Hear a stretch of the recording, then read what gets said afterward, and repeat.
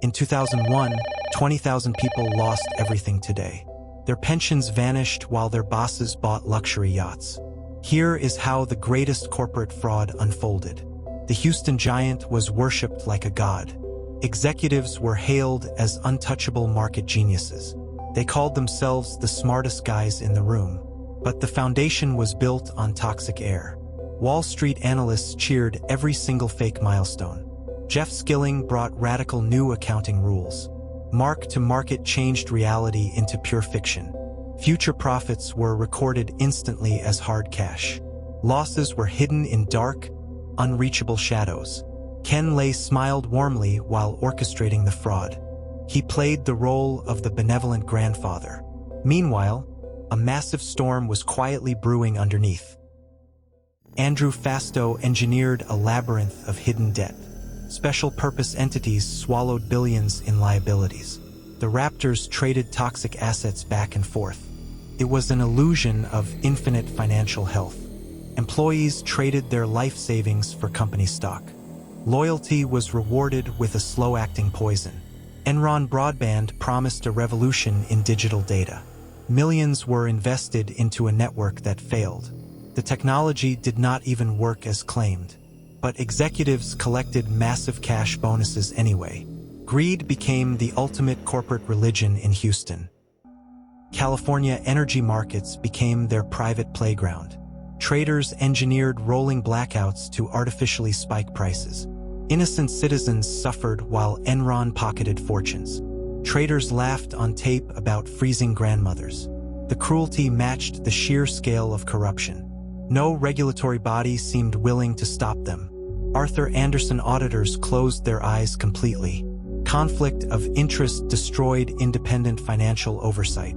They earned millions in consulting fees while approving fraud. The wall of silence looked completely unbreakable. Then a lone financial journalist began asking questions.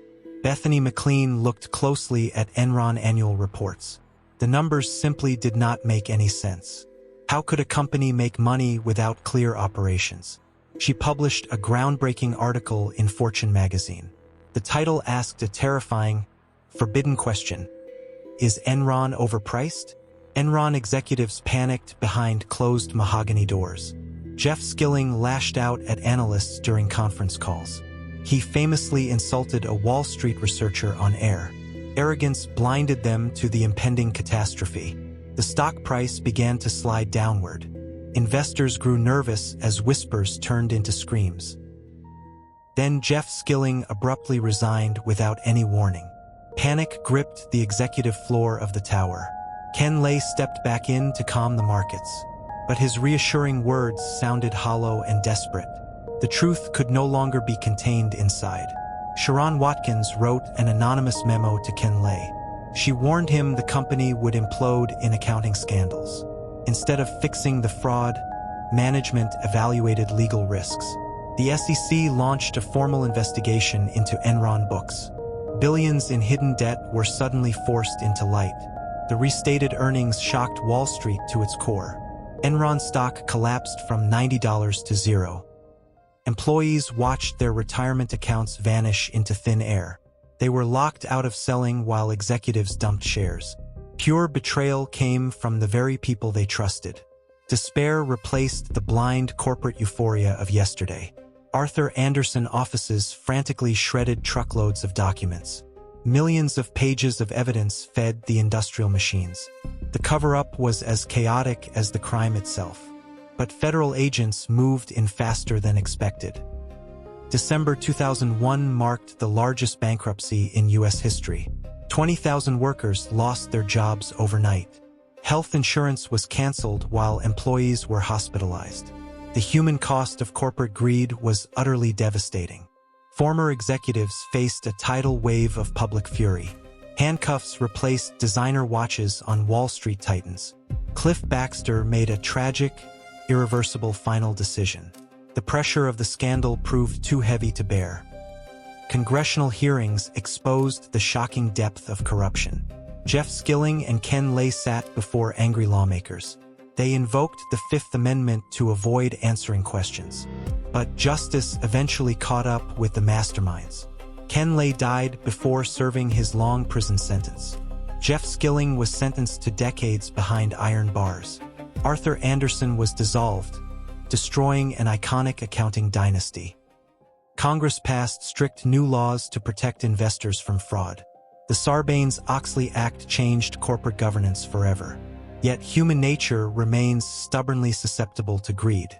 Modern corporations still invent new ways to hide debt. Whenever easy profits appear, warning lights should flash. Do not trust shiny corporate facades without deep verification. The Enron scandal remains an eternal warning for global markets. Protect your capital from the arrogant smartest guys in the room. History repeats its darkest lessons to those who forget. The corporate world is full of invisible traps waiting. Never let blind hype override your fundamental economic logic. The final reckoning always arrives when least expected. Stand firm against the tidal wave of fraudulent promises. Your financial survival depends entirely on your own judgment. Open your eyes before the house of cards collapses forever. Subscribe now for more deep financial crime investigations. Stay sharp, stay cynical, stay completely safe in markets.